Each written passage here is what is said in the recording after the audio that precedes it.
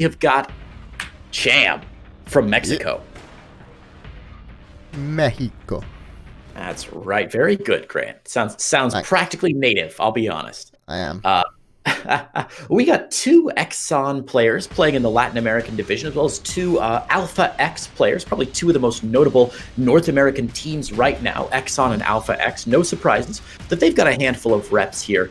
But Mexico, I'll be honest, is the most represented nation here in the Latin American tournament with 1, 2, 3, 4 players in this event. Only 3 Brazilians making it through this time. That's impressive. I mean, traditionally Brazil and Peru are very successful in Latin American StarCraft 2. Of course, Peru currently representing on the mainstream with my boy Cats casting away. That's right. For now, this game's starting off very normal hatch-gas pool for both of these players. I thought the TheZergLord may look to be very, very aggressive, and that's still not something I'll write off yet. I looked at Cham's results for DreamHack Fall, which of course only 8-9 weeks ago, where he came 2nd overall, only losing. It went to the ace match against Special, who he beat previously in the tournament. So, I mean, Cham in good form. Now, Special plays these tournaments at like 6 AM, and he's a proper degen, so... Oh, yeah.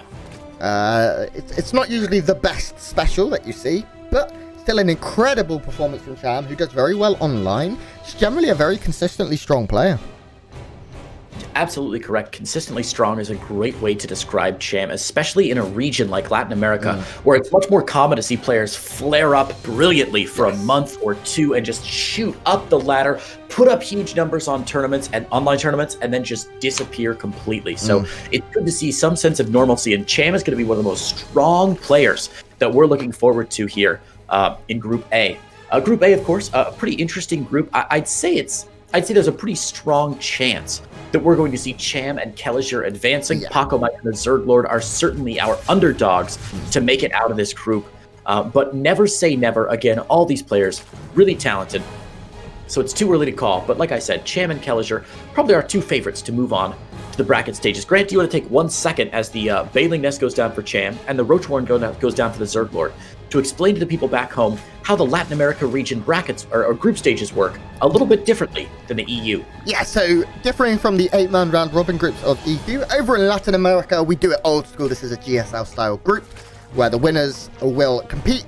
So we'll have a winners match after this and an elimination match where the winners will play the winners. The losers will play the losers and one will be eliminated. And then the loser of the winners match will play the winner of the elimination match to decide our final player in that goes through in 2nd place. So just like the GSL, very standard style of 4-man groups here for Latin America.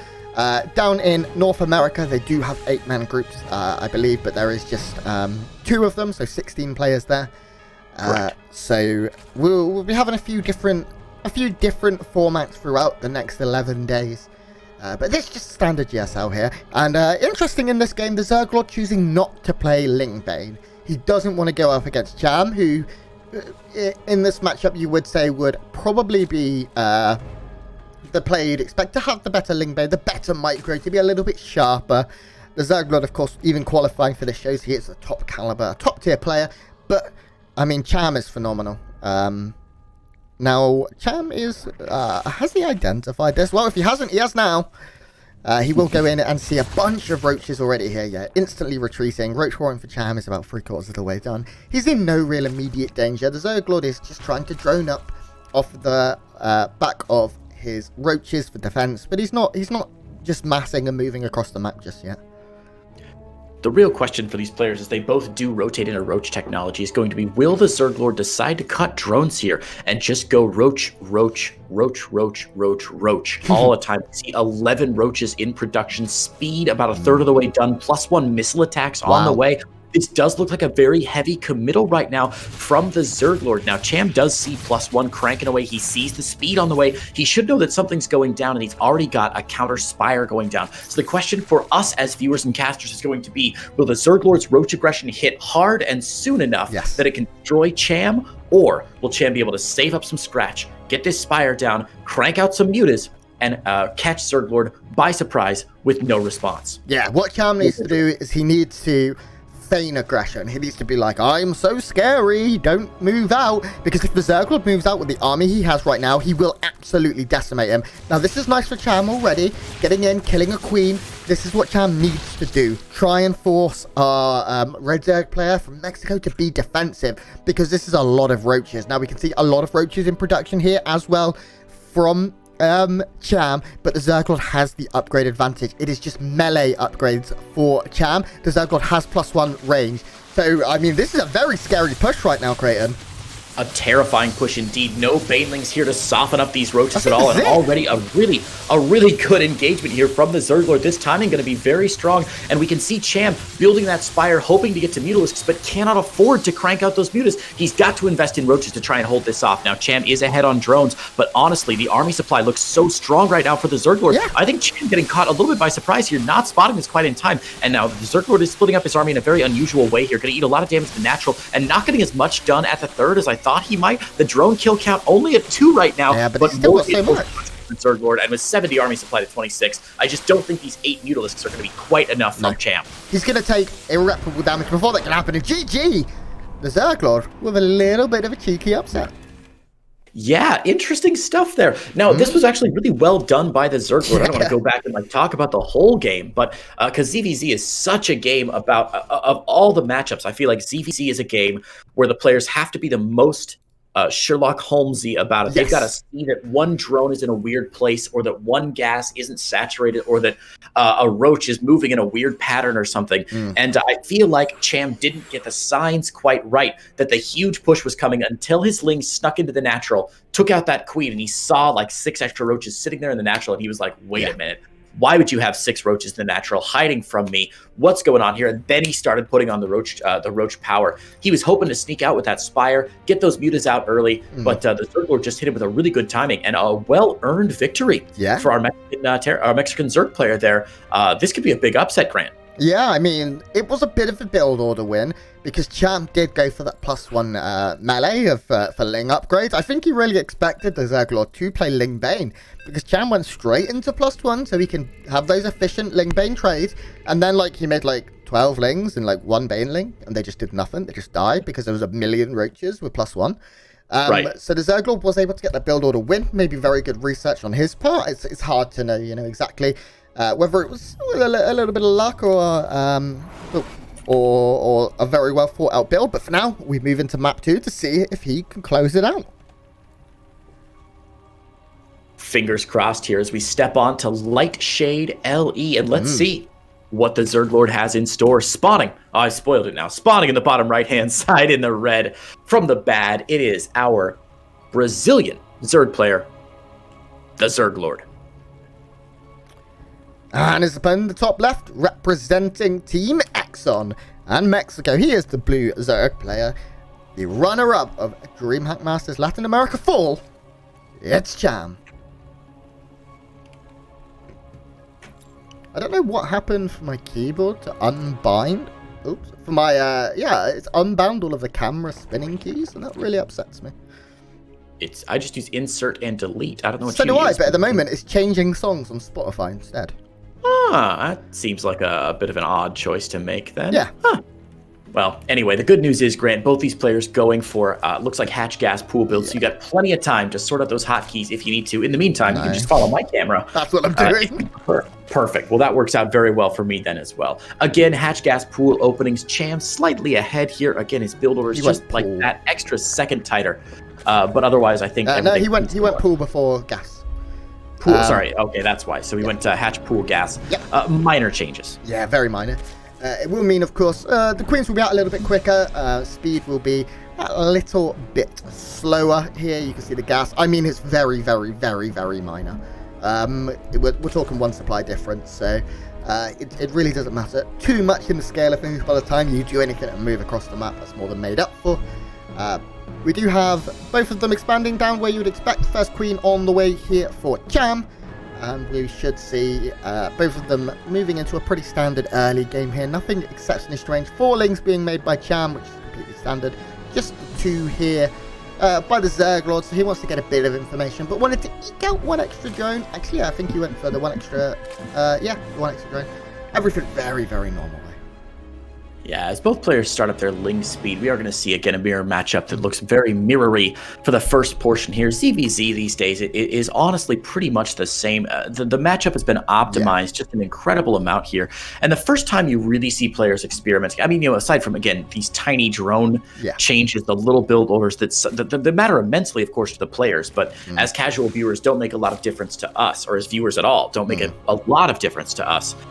We won't see much of a difference between these styles until we start seeing what their first tech is. We do see a Baneling Nest coming down now from Cham, and the ZergLord, we're going to have to see if he responds to it. Remember, last game, the ZergLord went for Roach Warren first, which gives him a bit of an advantage. Grant, do you want to talk a little bit about why Roach Warren second might give you a bit of an advantage, even as ZergLord drops his Baneling Nest down to continue the mirror matchup? Yeah, I mean, just having that Roach Warren, it's very risky because, of course, if there were to be a Ling Flood or a Ling Bane all in, you would die because you have to save up so much for the roaches and things like that. But skipping that Baneling Nest, it can be very, very rewarding, as we saw in Game 1.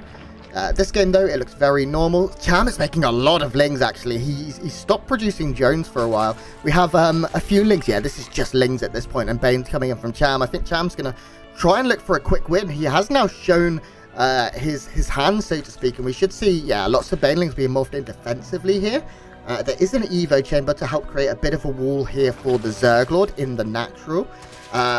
In the third, even this natural is really quite softened up, actually. I didn't see what happened to that one. It must have just been the first few Lings.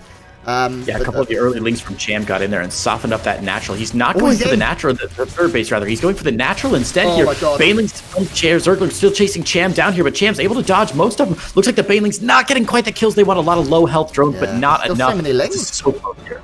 Yeah, Cham still has so many Lings alive though, and there are a lot of very, very soft drones down in the natural, and this is what Cham wanted to do. He walked in, he moved around to the circle, and now he's going to try and pick off the Queen and maybe go for a couple of these low drones as well. Queen does look like she's just about surviving. She will hang in there for now, and actually a very good defense in the end by the ZergLord.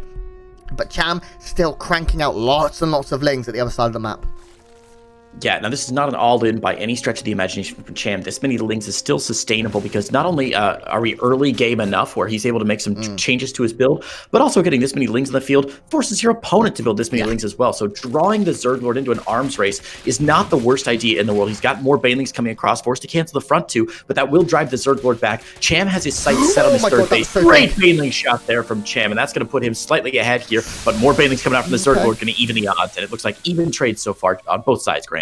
Yeah, that first hit from try that again, Grant. The first hit from Cham was very, very good there, but some okay trades managed to even things up here, and the ZergLord's micro actually showing very, very good. Behind this, though, Cham has a Roach Warren, and he is starting to produce roaches. Okay, so does the ZergLord. I'm completely wrong, and the ZergLord has the upgrade advantage. He is very down. Jesus, you can tell I'm getting tired here. He is very low in workers though, 47 to 36. And Cham has really managed to look at the money that the ZergLord has. He was just sitting at 800 minerals for a minute. Floating quite a bit there. I think he had a low larva count for a little bit, moving some of these queens out. Of course, he lost one queen earlier on, so that's going to throw off his macro just a little bit, especially in a ZVZ where you got to have those queens married up right next to their hatcheries to keep the production going and going and going, especially when both players going for Ling Bane play. The count of larva becomes so important, both in early game and even through the mid and late game. Yeah, now roaches are being produced by both. The ZergLord is starting to even up that worker count and maybe even pull ahead a little bit here. Both players are really starting to drone up, and it looks like we will be moving into a mid-game with roaches and ravagers butting heads. Roach speed on the way right now for Cham. The ZergLord has not started that just yet, as his lair is only 3/4 of the way done. In terms of upgrades, right now the ZergLord does have the advantage, his +1 finishing quicker. But Cham seems to have superior numbers here, quite substantially actually. He's going to catch a few roaches nice and early, and that's going to make this a pretty nice fight for him. In fact, not even this... Okay, that was cute. But the concave just not great, and these corruptor eggs will eventually be taken down. There's nothing left here for the ZergLord, and Cham has so much. Yeah, this is just a really nice timing from Cham again, seeing that his opponent was investing a little bit earlier into roaches and roach tech, and realizing that, hey, wait a minute, if I hold back, if I save my money to get up more and more roaches, the ZergLord knows it. GG. Cham's going to even up the odds 1 to 1. Yeah. Nice to move on to a map 3 here. Quite quick game so far, of course. ZVZ, explosive as always. And we will now be moving into our final map, which is going to be Jagannatha, which is exciting. Again, it's quite a quick map to move across. I wouldn't be surprised to see something quick here. And another early game. Both of these players really seem to be looking for like an early 3-base timing or 2-base timing. I mean, both players have played very well, actually. Very smart ZVZ so far. I would say it's been very... I'm trying to think of the word. I don't know. I'm not good. Well, it's not surprising that we've seen so much aggression, right? The Latin American region is full of Zerg players, Grant. Yeah. Anybody who's ever casted Latin America before knows that you can expect, like right now, if of the 8 players in Latin America's 2 groups, 5 of them are Zerg players, just massively overrepresented. I think most people think of Latin America, and they think of Special and Kellisher as the big names. Those are the only 2 Terrans in the tournament, guys. There's 1 Protoss that made it through the qualifiers. Everyone else, Zerg. And I cannot tell you how many of those semifinals were ZVZs already. So seeing both these players in the region that they're in, molded, shaped by the environment in which they play a lot, we can expect to see some more hyper-aggressive play. Honestly, we see Ultras, Broodlords, Vipers. I'd be surprised at any point today. Yeah, definitely. Now, we are now moving on to the ultimate map, the final map of this best of 3. And in the top right, representing the bad, here's the red Zerg player from Brazil. It's TheZergLord. Dun dun dun dun dun dun dun dun dun dun. Early pull. Nice. His opponent in the bottom left-hand side getting a gas first to sneak out that extra drone, doing the extractor trick from Team Exxon in Mexico. It is Cham. Now, Grant. Mexico. Sorry, I was doing the mainstream have guitar riffs and we don't, so I thought I'd do them myself. Just make your own up. That's just fine. Yeah. Now, Grant, talk about what Cham's doing here. We are going to see a hatch first opener from Cham, even sneaky in the extractor trick to get the extra drone out and keep this build smooth. Who does this build opener favor, and why is it TheZergLord? It's definitely TheZergLord. So TheZergLord, of course, has gone for that early pull. He isn't sending workers across yet, but of course we would expect to see. Is he going to commit to this gas? Okay, so it is 6 lings. He will probably send a couple of workers as well, or is he going to expand? He's going to expand. Okay, so this isn't like a super ultra all in, but this is very aggressive. Now, Cham, of course, doesn't know. You never drone scout in ZVZ. It's not a 12 pull with drone pulls, which is nice. In fact, there's just going to be these 6 lings. The purpose of these 6 lings is to slow down or ideally cancel that natural off Cham and build an advantage from there and then move into a timing. This is very good so far from TheZergLord, because guess what? The Overlord hasn't seen this. This is still completely unknown. I think it may catch a glimpse, or it's close. No, it doesn't. Now he sees it. Okay, so he finally sees it, but it's already so close. Of course, you can't put drones at this point and prepare. This base does look like it is going to complete. I think we will just see him. Yeah, go. Okay, no. Yeah, he's going to pull on the drones. Fine. The base will complete. Drones are going to be forced to fight, though.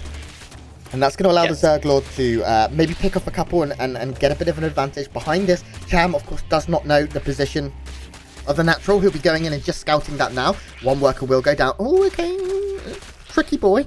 A few more coming in. The Queen is on the way, and the Queen and a few lings will clean this up. It doesn't look like this base will go down.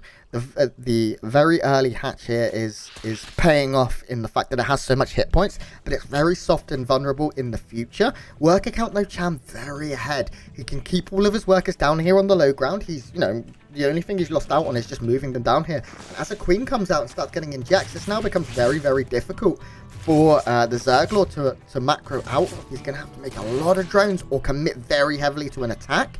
But his speed is not, it's not much quicker than his opponent. Yeah, he's going to just make lings and keep them in the main now. Okay, so we're going to see TheZergLord go for a massive flood. Cham is making a lot of lings of his own. Actually, I think he might be thinking about doing something similar. Yeah, a good read here from the TheZergLord, obviously. Pardon me, from Cham, actually, seeing what the TheZergLord's up to, seeing this many lings, and most importantly, seeing the TheZergLord lings stick around the natural for so long is a huge tell. You're like, hey, wait a minute. Why are you not going back home to defend? What if I had a run by going that you didn't see? What are you up to? You must have something back home to defend. Otherwise, you'd be a little bit more cautious with these lings. An Overlord dies to the Queen, by the way. That's a huge supply block for the TheZergLord right now. Not something you can afford to do, and especially since Cham's income has been so much larger than the TheZergLord's proportionally, you might be looking at it and be like, oh, it's only 5 drones. What's the big deal? Or 6 drones? What's the big deal? 7 drones? 7 drones? What's the big deal? But of course, 7 drones is... like 40%, right? Yeah, a massive percentage amount that I'm not going to do the math for. Link speed finished up for both players. Yeah, Cham just reading that. Like